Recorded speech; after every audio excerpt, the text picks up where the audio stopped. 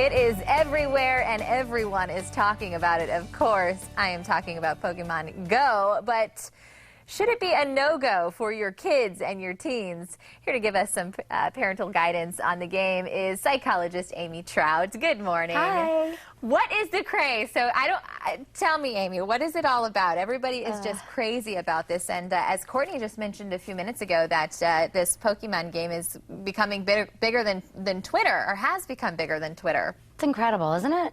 It is. It's taking over the world. There's obviously some reasons people are playing it. Right. Right? Have you had a chance to kind of scope the game out and see what it's all about? I have. You know, I was shamed publicly for it by another adult, but I'm doing research. No. But no, my teenagers helped me download it and figure out what's what. It's not incredibly appealing to me, but, you know, life is busy, like we were talking about earlier. Yeah, well, there are some pros and cons to it, and we're going to talk about a few of those.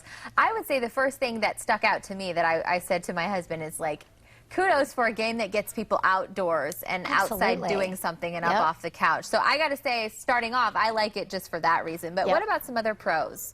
Well, you know, there are a lot. There's no research really yet on this game, but other games have been used for treating mood disorders, treating anxiety, PTSD. So it's an interesting environment to think about, you know, what might be. These are kind of anticipated pros and cons.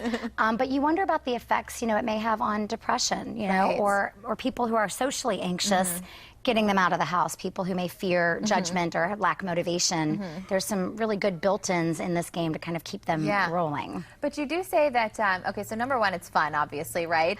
Yeah, so there's a concept called behavioral activation, and something that that is a positive experience. That's a healthy behavior, so getting out and moving and interacting with people, and you get a positive experience out of that. That's a good feedback loop, right? So it makes you more inclined to do it more. Okay. So that can be useful for people. So clear goals? Yeah, the game, like, it's not too difficult to figure out, and you're not really competing. Some people on social media feel like they're competing against their peer groups. It gives you and with this, you're really not, and you kind of get those intrinsic rewards. Yeah, and then you said you can actually reduce anxiety as well, right? Yeah, so people that might not feel comfortable going out of their house are outside a little bit more. There's reasons to go out. They don't necessarily have to interact, but they may interact with gamers. And that brings us to number 4, where it's active and awareness. So you can get active, kind of get aware, but when saying that, be aware of where you are going at the same time. Right. So people are moving around. I heard a story this weekend about a retired gentleman. His doctor encouraged him to do it, and he had lost 6 pounds in a week. Oh my gosh. Walking, trying to hatch his little Pokemon. So, I mean, that's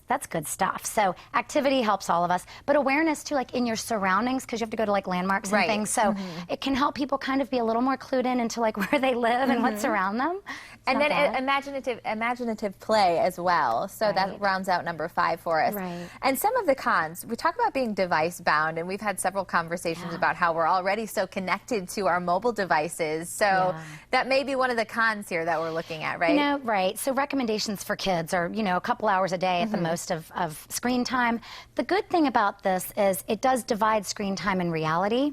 So the device bound, you know, maybe a couple of hours might be not quite as hard and fast with Pokemon Go, but you're still using a device instead of just interacting freely.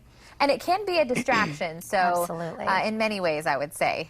Yeah, so, you know, you'll see people walking in front of vehicles, or, you know, I mean, they'll do things that they may not necessarily do, so that's certainly something to be aware of. And higher stressed state. Yeah, so that fight or flight response, you know, you're always kind of looking for something and trying to catch something, and that increased arousal, increased sort of endorphins, that's fine, but over time, excessive gaming can add to increased fatigue and like sort of feeling more burnt out over time. So as long as it's in doses, it's probably good to go. So the takeaway, I'd say everything in moderation, even this crazy game, right? I think so. All right, Amy. We'll see. Thank you so much. Be safe out there. All right, well, if you want more information on anything we talked about, we'll have it right there online for you at fox4morningblend.com.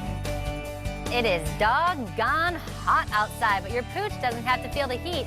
How to keep their paws perfectly cool this summer. For parents, you don't want to miss this.